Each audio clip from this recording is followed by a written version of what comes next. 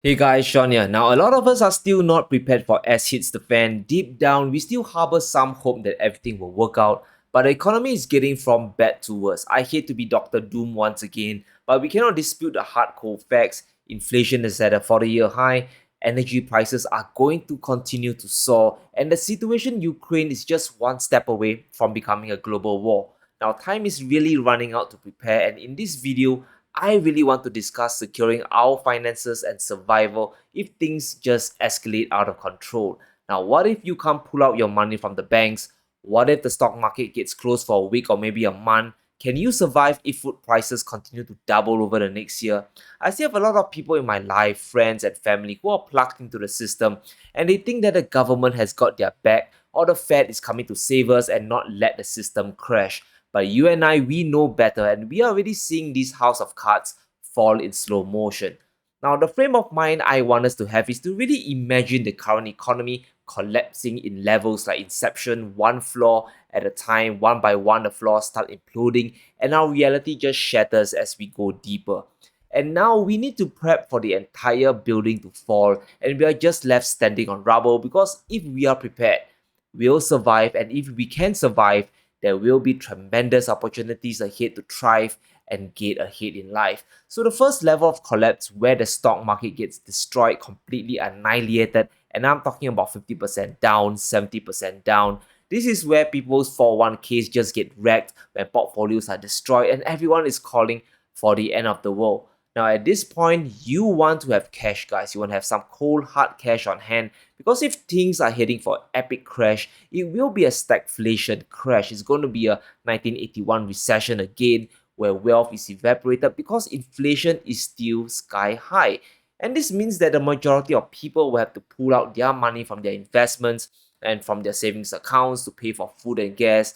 And this is where you want to come in with your dollars and really snap up good deals, right? Remember that when S hits the fan during a market crash, a lot of things will go on sale. We will see stocks fall below fair valuations, they will become cheap, we will see property crash, and you can buy real estate for less. We could even see precious metals take quite a tumble as people just liquidate everything for cash, they're desperate for cash. And that's why it's important that you have some dollars on hand to pounce on these deals like a tiger, right? I really think this is going to be one of the big one, guys. The funny money from the economy is really going to be rug pulled from the Fed, and this opportunity might not come again in the next 10 or 20 years or even within our lifetime. So do stack some cash. You want to easily cover your monthly expenses for at least a year and then some, especially if you want to buy assets when things go on sale. Now, the reason why we are going level by level is because things can always reverse. And I want us to be clear about what we should be aware of and what we exactly need if things get from bad to worse. Now, if the Fed comes in, they print a whole bunch of money and bail us out, then we might never reach the next level, which is level 2. Now, level 2 is when things start to get real. This is when banks get affected and they start to shake, when chaos gets amped up to 11 and our worst fears come true. Now, this is what could happen if the Fed doesn't step in and they let the economy just go through the pain. This is when we realize that a lot of financial institutions might actually be zombie banks. They're walking undead with a lot of toxic assets on their books. Remember that during the housing crisis, we had banks like Bear Stearns who were leveraged 36 to 1, and that meant they had $1 of capital for every $36 of assets. So this highly leveraged balance sheet just simply evaporated and the bank collapsed when the assets turned out to be toxic mortgage-backed securities, worthless junk in other words. And this mess later spread across various other banks and took down Lehman Brothers a year later. We all know that story, right? It was a total mess. Millions of people lost their jobs as a whole, and we are plunged into a 2 to 3 year recession. Now, right now, it seems that banks have more reserves today and they are above the 5% liquid capital requirement. That is still a 20 to 1 leverage ratio, but we do not know the full extent of their exposure, right? What type of assets are they holding? What is their derivative exposure? Can they survive a bank run if people start pulling out their money? Now, these are questions that no one can answer until after the collapse. And this is why you need some cash outside the financial system, right? I cannot stress how important this is because your money, your deposit is considered a liability to the bank. It's an asset to you, but it's a burden to them because now they need to protect your cash, they have to secure it, and they have to pay you interest on it every single month. So if a crisis does happen and the government decides not to bail out the banks can literally reach into your account and take your money to save themselves. This is called a bail-in, and today there are still tons of people who either believe this is a conspiracy or just won't happen to them, right? They don't even believe there's such a term called a bail-in. It has happened to depositors to Cyprus and it's happening to people in Lebanon. They are literally fighting for their life savings and the banks there just don't want to pay up, right? People can't withdraw their cash for food, they can't pay their mortgages, and this is a total disaster. And this is why you need some physical cash outside of the system, right? So I have two strategies that you can consider. Firstly, check how much money is protected by the government in your country. In America, it is $250,000 per depositor per bank secured by the FDIC, and in Singapore is 75 grand. So you really want to spread out your risk across various banks if you have tons of cash. So maybe 50 grand to Citibank, another 50 grand to JP Morgan. You don't want your risk to be isolated in one single institution. And the same goes for your money in your brokerage account. If everything goes belly up, you are protected up to $500,000 worth of cash and securities in your account. And that is if your brokerage firm is registered with the SIPC, right? You really will have to check this out. But even if you are protected and your deposits are secured, it will take some time for your money or securities to be transferred back to you. It could be weeks, it could be months. No one really knows. And that's why you need to prep with cash, hold up cash, just set aside some stacks every month and hope that you never ever need to use them. But things can get even worse. Banks collapsing is bad enough, but what if we face a currency collapse? We're already approaching double-digit inflation, and that means your purchasing power will be halved in just 7 years. Now, we are not joking around anymore, and things are going to get worse.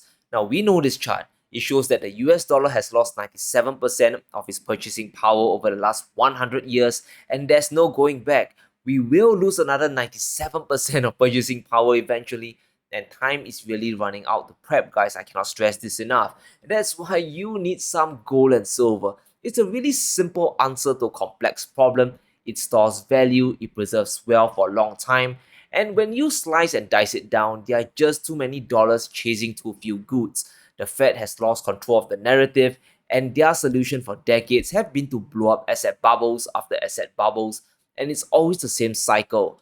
Now, we lower rates to stimulate the economy, cheap money blows up all these assets, it becomes unsustainable, and the entire bubble pops, the market crashes. Then the Fed steps in, prints up a whole lot of money for bailouts, and inflation just gets out of control.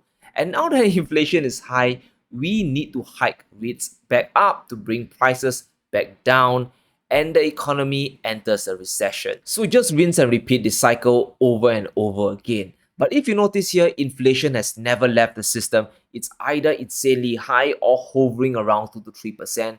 Prices will never come down in the long term, especially for the essentials like food and fuel. So what does this mean for us? This means that holding cash, physical cash, is not enough.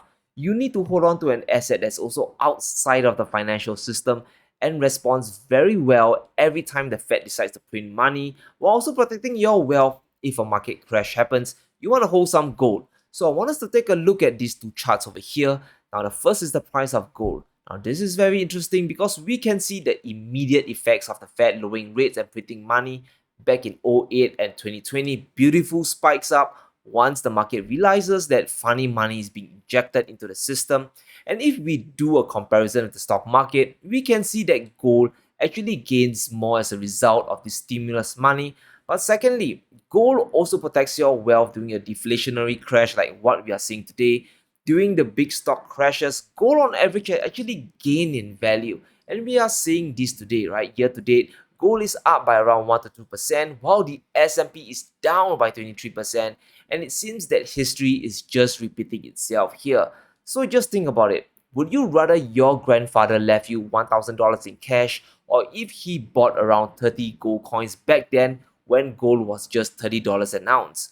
Now, however, holding gold as an inflation hedge or safe haven during crashes is just the tip of the iceberg. And the reason why I hold gold and why I hope you're not buying gold to chase returns, but is to really maintain your financial sovereignty.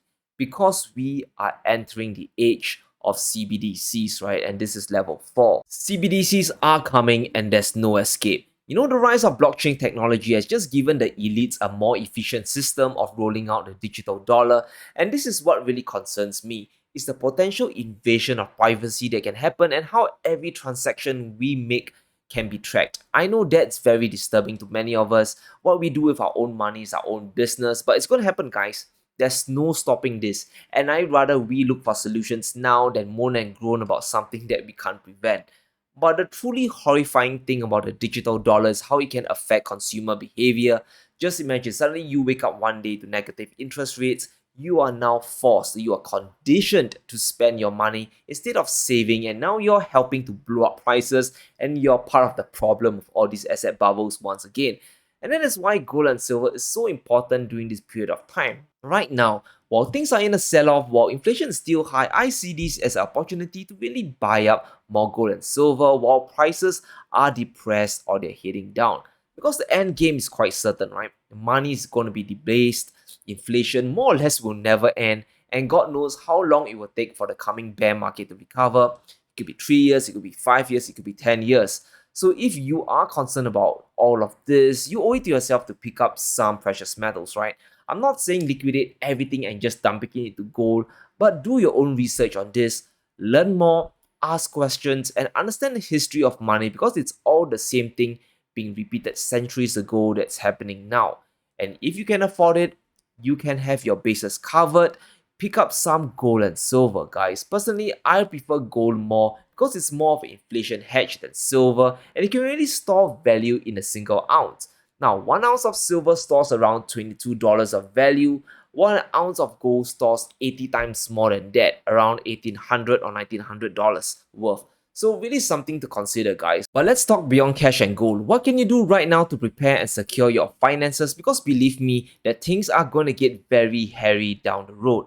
Now, the first thing you want to do is to get rid of your floating rate debt, whether it's your student loans, car note, or house mortgage. Pay it down as much as possible because rates are going to go up, right? The Fed is jacking up rates by 50 or 75 basis points at a time now, and this means your interest payments are also going to skyrocket if you leave your debt hanging. Now, we can already see banks pricing in the rate hikes by the Fed, and it's now around 6% or more, and it could get higher. Now, the 30-year mortgage rate is already trending higher and higher, and we can see it spike up above 10% if things continue down this rate hike road to hell. And remember that if the Fed really wants to crush inflation, it will have to raise rates higher than inflation. Inflation is at 8.6%, but the Fed funds rate is still below 2%. Doesn't cut it, right? Not even close. So if you can take care of your outstanding loans, the rates are just going to go through the roof. And the best thing you can do is to really hunker down and stop buying stupid stuff. You really don't need a new car, and if you're looking to buy assets, maybe it's gold or maybe it's stocks in the S&P, just do it using cash, right? The good old casino gambling days are over. The Fed has taken away the punch bowl and the liquor more or less is gone. But let's talk about food for a while. Now, food price inflation is at a 20-year high.